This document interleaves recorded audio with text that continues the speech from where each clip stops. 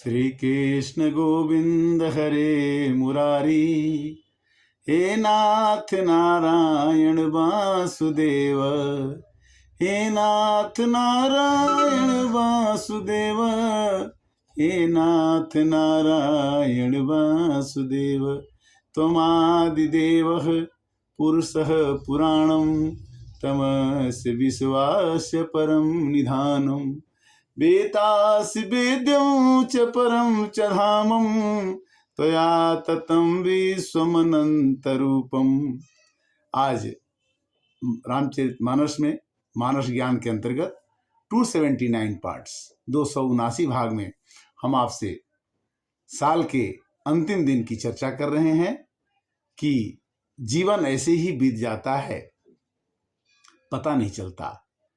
तो हमें रामचरितमानस के माध्यम से धर्मो रक्षति धर्मः के माध्यम से, राम जन्म मंदिर के माध्यम से और भगवान के स्तुति के माध्यम से हम इस साल का समापन करेंगे। साल के अंतिम दिन को हम अच्छा बनाने के लिए और साल का अंतिम दिन अच्छा हो, ये हमें अवश्य चिंता करनी चाहिए। अंत भला तो सब भला, अंत गति सोमति। भगवान ने गीता में कहा है कि जो मेरे को अंत में जिस भाव से याद करता है वही गति मैं उसको दे देता हूं। गति अंत में कैसे होती है? बढ़िया, कि जब हम हमेशा भगवान को नित्यशः स्मरण करते हैं तो हमारे जीवन में भगवान की कृपा बन जाती है।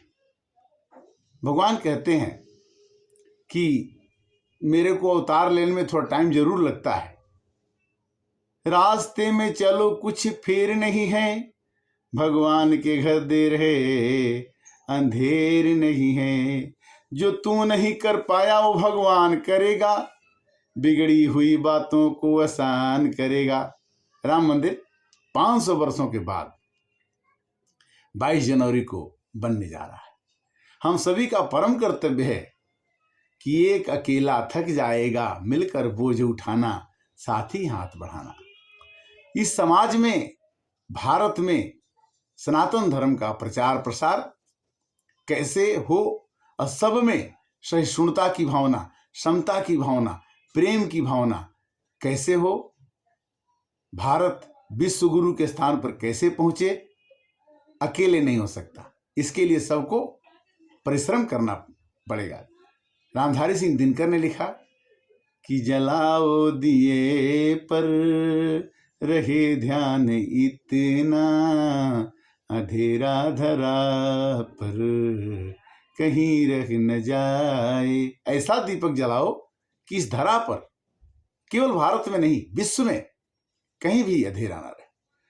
सृजन है अधूरा अगर विश्व भर में, कहीं भी किसी द्वार पर है उदासी, तो मनुजता नहीं पूर्ण तब तक बनेगी, कि जब तक लहू के लिए भूमि प्यासी। हमारे त्याग के बिना, हमारे संघर्ष के बिना, हमारे कठिन परिश्रम के बिना कुछ भी संभव नहीं हो सकता है। अगर धर्मो रक्षति धर्म, अगर हम धर्म की रक्षा करते हैं तो धर्म हमारी रक्षा करता है। गीता में भी आता है कि अपने धर्म की रक्षा करना बहुत ही श्रेष्ठकर है, बहुत ही उचित है। जो भी धर्म आप अपनाते हैं उस धर्म की अपनी निष्ठा रखिए। यहाँ तक श्री कृष्ण भगवान ने कहा है कि जिस भी भगवान को आप पूजा करेंगे उसमें मैं आपकी निष्ठा आश्रित कर दूंगा और फल देने वाला तो मैं ही हूं। भगवान का ऐलान था कि निश्चरहीन करो मही, भुज उठाई प्रणकीन, सकल मुनिन के आश्रम ही, जाई जाई सुख दीन। रामचंद्र जी छोटी अवस्था में मारीच को सुपना, ये अपना सुपलखा का नाक कान काटना, मतलब कहने का मतलब है कि भगवान की अवस्थाएं किशोरावस्था में ही वो बता देते हैं कि मैं यदा यदा ही धर्मस्य ग्लानिर्भवति भारत, जब जब धर्म का पतन होगा तो भगवान जरूर आएंगे। किस रूप में आएंगे, उनका रूप क्या होगा, उनका स्वरूप क्या होगा, ये बहुत मुश्किल है। इसलिए भगवान कहते हैं कि हमने आपको बनाया, आप मेरे अंश हैं, आप बने हैं। वो चीज क्या है कि क्षितिजल पावक गगन समीरा पंचरचित यधम शरीरा। प्रकृति से भगवान ने 5 वस्तुएं उठाई और हमारी रचना कर दी। रचना करने के बाद हम अपने को कर्ता मान बैठते हैं, और कर्ता मान बैठने के बाद हमारे अंदर अहंकार आ जाता है। अहंकार आने के बाद हम सो परत्र दुख पावई, सिर धुनि धुनि पछताए, काल ही कर्म ही ईश्वर ही मिथ्या दोष लगाए। अगर हम किसी कार्य बस दुखी होते हैं तो अपने को नहीं कहते हैं कि मेरे कारण से मैं दुखी हुआ हूं। कारण असली में हम ही हैं जो अपने को हम दुखी और सुखी बनाते हैं। मनुष्य का दुख और सुख का कारण दूसरा कोई हो ही नहीं सकता। मनुष्य के दुख और सुख का कारण गीता कहती है कि अपने आत्मा को कभी अवसाद में मत ले जाओ, आत्मा को हमेशा प्रसन्न रखो। प्रसन्न आत्मा न सोचती न कांक्षती। प्रसन्न आत्मा जो है न ज्यादा कोई इच्छा करती है न ज्यादा कोई विचार करती है, वो एक मशीन की तरह से काम करती रहती है। मनुष्य का जीवन एक मशीन की भांति 100 वर्ष के लिए, 50 वर्ष के लिए, 70 वर्ष के लिए मिला, उसको करते रहना। भाव क्या है? भगवान कहते हैं कि मेरे को चाहोगी देख लें तो मैं तुम्हें चक्षु दूंगा, तुम्हें ज्ञान दूंगा। ज्ञान अग्नि से ही मुझे प्राप्त किया जा सकता है। ज्ञान रूपी तपस्या से ही हमें प्राप्त किया जा सकता है। हम कैसे आएंगे, आपके काम कैसे करेंगे, वो सुन लीजिए। रामायण की चौपाई है कि पद बिनु चले सुने बिनु काना, कर विधि कर्म करे विधि नाना, बिन बाड़ी बकता बड़े जोगी, आनन रहित सकल रस भोगी। भगवान कहते हैं कि जो प्रसाद चढ़ाते हो, या तो मेरे को जल दे दो, या फल दे दो, या पुष्प दे दो, तीनों में से कोई एक भी चीज चढ़ा देते हो तो मैं उसको अपने हाथों से उठा के खाता हूं। जलम पुष्पम तोयम, कुछ भी चीज एक दे दो, तीनों में से, तीनों हो तो बहुत अच्छा, किंतु कोई भी 3 में से एक वस्तु चढ़ा देते हो, मेरे को अर्पण करते हो।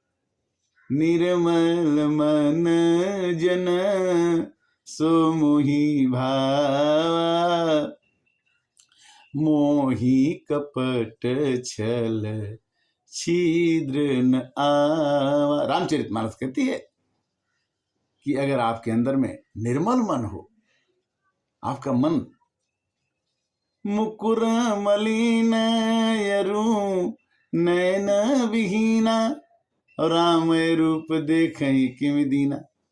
हमें अपने कर्तव्य पथ से विचलित न हो पाए, भगवान से वंदना करना है कि वह शक्ति हमें दो दया निधि, कर्तव्य मार्ग पर डट जाएं, पर सेवा पर उपकार में हम निज जीवन सफल बना जाए।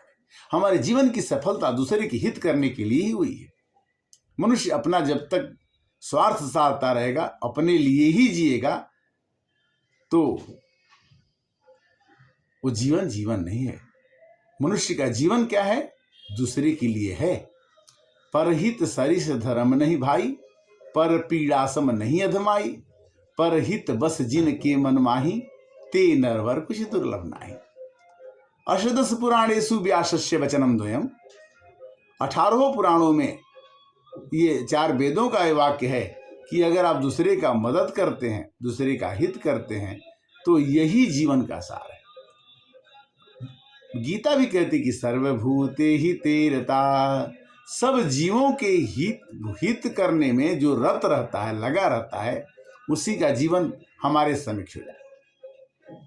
भगवान ने कहा कि अगर तुम मेरे हो तो मैं कभी 1 मिनट भी बिना विश्राम के काम करता रहता हूं। अगर भगवान की भक्ति करनी है तो मनुष्य को आलस नहीं होना चाहिए। आलसी मनुष्य भगवान को नहीं प्राप्त कर सकता है। तो हमें करना क्या है कि किसी हाल में, राम जी 22 जनवरी को आने वाले हैं 500 वर्षों के बाद, तो उनके राम जी के पिताजी ने कह दिया कि आपको जंगल जाना है। भगवान ने कहा कि हम चले जाएंगे। उनके भाई ने, भाइयों के प्रति प्रेम, उनके सीता जी के प्रति, सीता जी ने कहा कि मैं तो तुम्हारे साथ ही जंगल जाऊंगी। भगवान के समझाने पर भी सीता जी नहीं मानी। सीता जी कही कि जिय बीनु देह नदी बीनु बारी, तैसे नाथ पुरुष बिनु नारी। सीता जी ने तर्क दे दिया कि जैसे नदी में पानी नहीं रहता, उसी तरह से स्त्री पति के बिना जल विहीन हो जाएगी, इसलिए मैं आपके बिना नहीं रह सकता। लक्ष्मण जी ने कहा कि मैं भी आपकी सेवा करूंगा। लक्ष्मण जी की माता जी ने कहा कि पुत्रवती जुवती जग सोई, रघुबर भगत जासु सुत होई, न तरु बाजिय वादि बियानी, राम विमुख सुत ते बढ़हानी। राम का नाम जपना, पढ़ना, सुनना, सुनाना, किसी भी इष्ट का नाम, श्री कृष्ण भगवान का नाम जपिए, किंतु किसी न किसी के शरण में आपको जाना ही पड़ेगा। जैसे भोजन के बिना हम जीवित नहीं रह सकते, चाहे हम किसी अन्न को ग्रहण करें या चाहे हम किसी फल को ग्रहण करें, हमें ग्रहण करना ही पड़ेगा। तो जीवन का सार क्या है कि जब तक है जिंदगी फुर्सत न होगी काम से, एक समय ऐसा निकालो, प्रेम कर लो राम से। राम कौन है? राम हमारा हृदय है। राम हमारे हृदय में बसते हैं। जैसे सीसीटीवी कैमरा हमारे सभी कर्तव्यों को देखता रहता है, जैसे हमारी सांस बाहर निकलती है तो भगवान बाहर निकल जाते हैं, अगर हम सांस को अंदर लेते हैं तो सांस अंदर आ जाती है, भगवान अंदर आ जाते हैं। बिना श्वास के हम जिंदा नहीं रह सकते, और बिना राम के भी हम जिंदा नहीं रह सकते, बिना कृष्ण के जिंदा नहीं रह सकते, बिना शक्ति के जिंदा नहीं रह सकते। राधा नाम प्रेमानंद जी महाराज ने कहा कि राधे राधे राधे कहिए तो श्री कृष्ण भगवान अपने आप चले आएंगे। कहने का मतलब ये नहीं है कि आप किस भगवान को मत भजो, आप किस भगवान को भजो। भजना तो आपकी रुचि पर है कि आपकी रुचि किस भगवान में है, क्योंकि जिसको आप भजेंगे वो आपको फल देगा। जैसे आपने एक अमरूद का पेड़ लगा दिया तो अमरूद का पेड़ जो है वो फल अवश्य अमरूद का देगा, और एक आपने गलती से आम का पेड़ लगा दिया तो आम का फल वो अवश्य आम का फल देगा। किंतु हम ये सोचते हैं पहले ही बिना पेड़ लगाए ही कि फल कैसे हमको वो वाला मिल जाए, बढ़िया वाला। तो कर्म प्रधान विश्व करी राखा, जो जस करही सो तस फल चाखा। अपने जीवन की दो विधाएं हैं, साल बीतते देर नहीं लगता है और दूसरा साल तुरंत। कुछ काम करो, कुछ काम करो, जग में रहकर कुछ नाम करो, समझो यह व्यर्थ, यह समय व्यर्थ न जाए। जिन जीवन में आने के बाद मनुष्य का समय अगला साल कल से शुरू हो जाएगा 2024 का प्लानिंग हमको 2023 में हो जानी चाहिए कि हमें 2024 में क्या क्या करना है, और कोई किसी का अहित ना हो जाए मेरे से, वो ध्यान रखना है।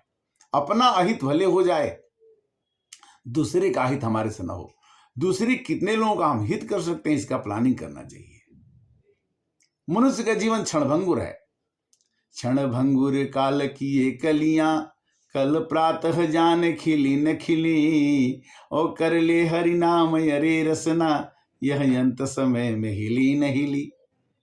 ये रसना राम राम कहेगी कि नहीं कहेगी अंत समय में पता नहीं, क्योंकि उस समय स्थिति क्या होगी वो पता नहीं। इसलिए भगवान ने कहा कि कर्म करते हुए मेरे को भजते रहिए, और मेरे को भजते भजते आपको मैं निश्चित करता हूं कि मैं आपकी पूरी रक्षा करूंगा। योम क्षेमम महाम्यहम्। हम आपकी रक्षा करने के लिए गीता का उपदेश दिए हैं। गीता का पढ़ना बच्चों को बचपन से ही आदत डालनी चाहिए। बच्चे को पढ़ने की रामायण की आदत डालनी चाहिए। जब तक हम किसी के अंदर इस बीज को रोपण नहीं करेंगे तब तक उस तरह का फल हमको प्राप्त नहीं होगा। हम क्या करते हैं कि 50 साल 60 साल की उम्र के बाद सोचते हैं कि भगवान का भजन करेंगे, तब तक समय निकल जाता है। मन पछतई हैं अवसर बीती, इसी प्रकार आज मैं सबको मानस ज्ञान के माध्यम से सभी को मंगलमय अगले साल की शुभकामना करता हूं और आशा करता हूं कि आप हम सब हमारे मानस ज्ञान से जुटे हुए सभी लोग अपने जीवन में, अपने मन में मानस ज्ञान के माध्यम से ज्ञान का बीज बो दें, जो 2024 में वह ज्ञान सबको आनंद दे। आपको तो जो जाने सोई देहि जनाई, जानत तुम्हें तुम्हें हो जाई। जैसे कोई काशी विश्वनाथ का दर्शन किया है और उसे पूछें कि कैसे जाना है तो बता सकता है। उसी प्रकार से अगर आपने किसी भी भगवान की चर्चा सुनी, कही और आपको आनंद आया, अगर किसी से आपने चर्चा कर दी तो वो दूसरे से चर्चा करता है। यही गीता कहती है कि धर्म की चर्चा करो, खुद करो, दूसरे से करो, आपका जीवन सफल हो जाएगा। Happy new year. अगला साल, आने वाला साल 2024 सबके लिए मंगलमय, अति मंगलमय, सुखमय और आनंदमय हो। हरे कृष्णा कृष्णा कृष्णा हरे हरे, हरे राम राम राम हरे हरे।